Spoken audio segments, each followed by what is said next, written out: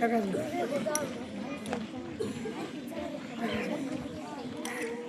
ते लागेल नंतर ना नंतर सध्या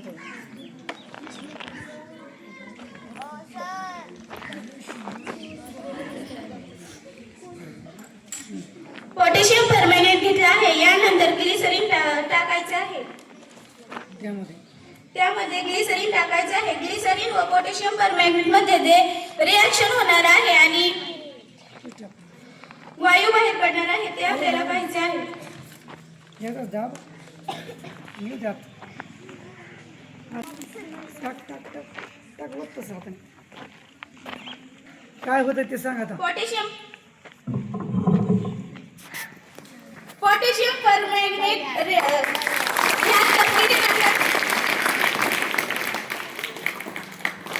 ह्या तपकिरी रंगातील मॅग्नीज डायऑक्साईड राहते. ह्यात खूप उष्णता निर्माण होते व त्यामुळे आग व ठिणग्या दिसतात. ते आग व ठिणग्या आपण पाहिले आहे. तपकिरी रंगातील मॅग्नीज डायऑक्साईड